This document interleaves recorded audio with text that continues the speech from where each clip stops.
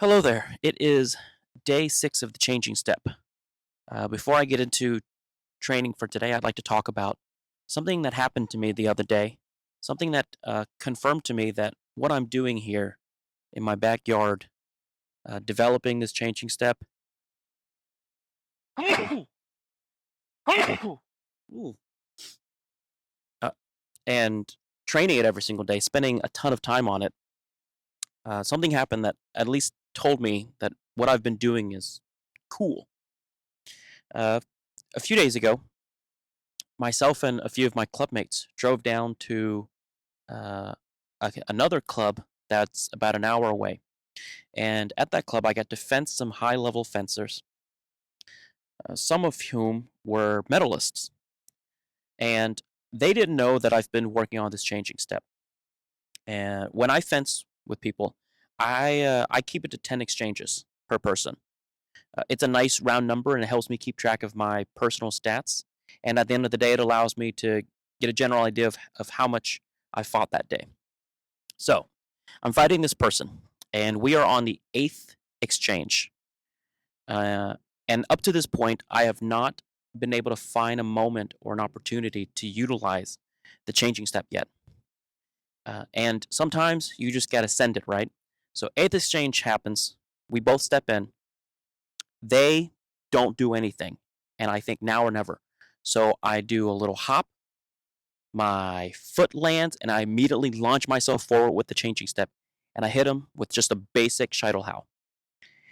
Their reaction, right? Their reaction is what told me that what I just did was really freaking cool because this person got really happy. They were super excited, even though they got hit, because what they got hit with was something that they had never encountered before in historical fencing in HEMA. And that made me really happy. And I didn't want to elaborate on it because I figured at some point more and more people will discover this, and this should, if it works, it should naturally spread. If it doesn't work, that's fine too. I'll just develop some other thing. But that exchange got me. I mean, I got like a huge, uh, I got a huge dosage of dopamine there, which is very exciting. Anyway, let's get training. Okay, so something that I learned from using the changing step in an actual sparring match is that I don't need to make the initial step subtle, right? I found that just this big hop uh, done out of distance, out of distance where the opponent could hit me, allowed me to sort of distract them. Just this jump right here was a bit of a distraction for them. So I kind of want to exaggerate that more today and see what results we get. So we go here, there.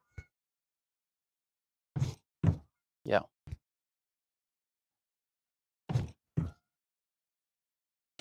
So we're here where our feet are not too far apart. This is about shoulder width.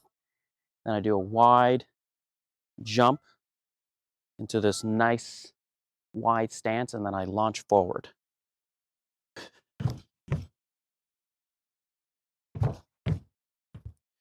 Other way.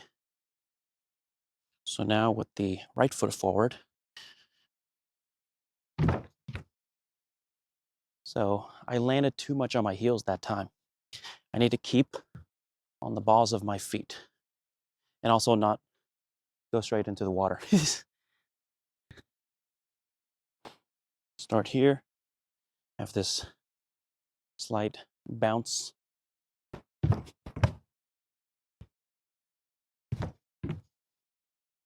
I'm still landing on the on the heels of my feet. I need to keep it more on the balls of the feet. Yeah, much better. So this first hop, it's pretty big. Yeah. Then I have a sword in my hand. Go here.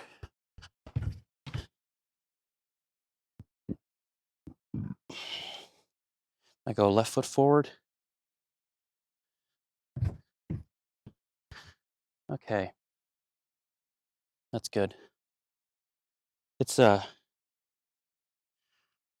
in the afternoon.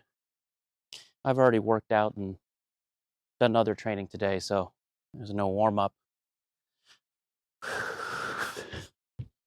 Yeah. Now to incorporate cuts. Before, I would land the cut and I would instinctively fall forward. If I do that today, I will just land in the river, which setting like these actual obstacles like this is good for training.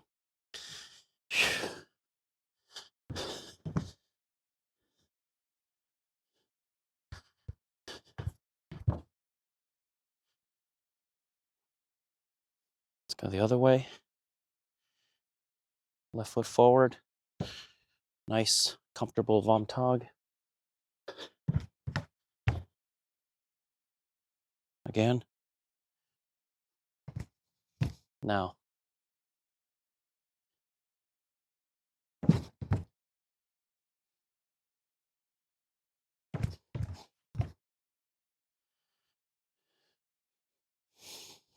Okay, let's do a couple of retreating steps. Start here. Make sure I'm not going to fall with this retreating step here. Yeah. Good.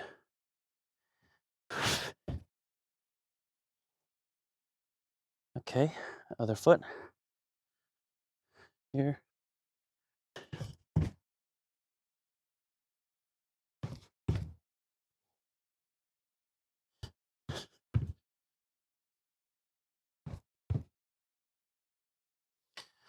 Whew. Okay. Let's do a gather and then a jump. Gather, jump, changing step. Here we go. So nice high Vomtog here. We go. Gather. And don't fall off the dock.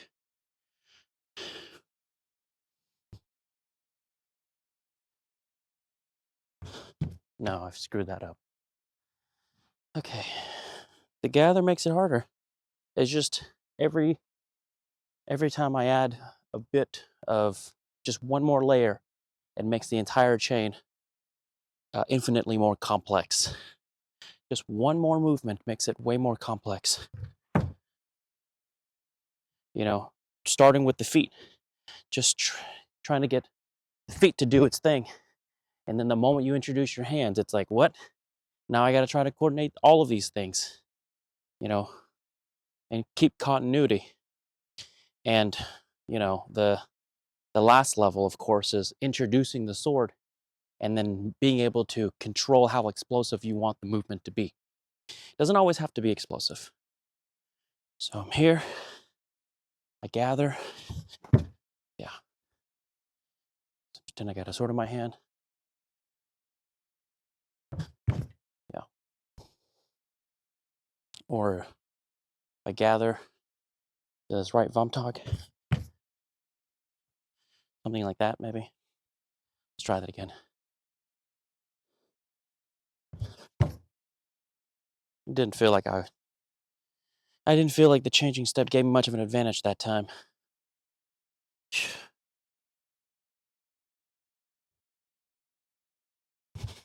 There we go. Another gather one. This time, gather, and the initial hop will be much higher. So go here. Yeah. Let's try the other side. So left foot forward this time. Here. Gather. Yeah. Always ending in wage.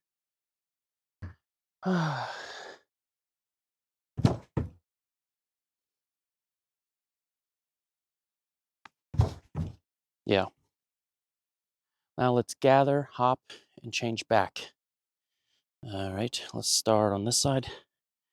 So gather. No, let's gather backwards. So gather. Yeah.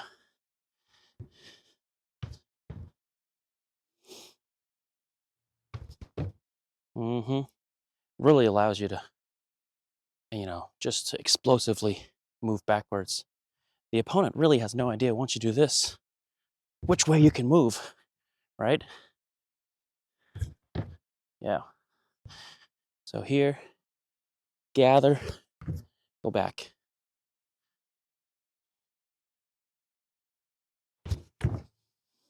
Didn't really travel far enough back that time. Yeah. All right. Let's do 5 more going forwards. This is very tiring. And I'm not landing on the balls of or the heels of my feet as much. I'm landing more on the balls of my feet now as opposed to when the practice first started. Yeah.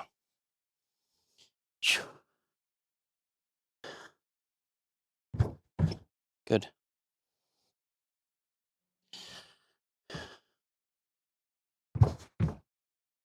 Okay. Now let's go backwards. So here. Good. Nice comfortable wage. Get some more air this time. Gather. Yeah. Even though it feels like I'm up here for a while, as long as I do it at a distance, yeah, I'm relatively safe because I land. The moment I land, I have the option to go forwards or backwards. So let's say we're here. Yeah. Start with the feet together. Yeah. That was very exaggerated, but I think that works really well. So feet gathers. Yeah. Whew. Okay. All right. I think that's enough for today.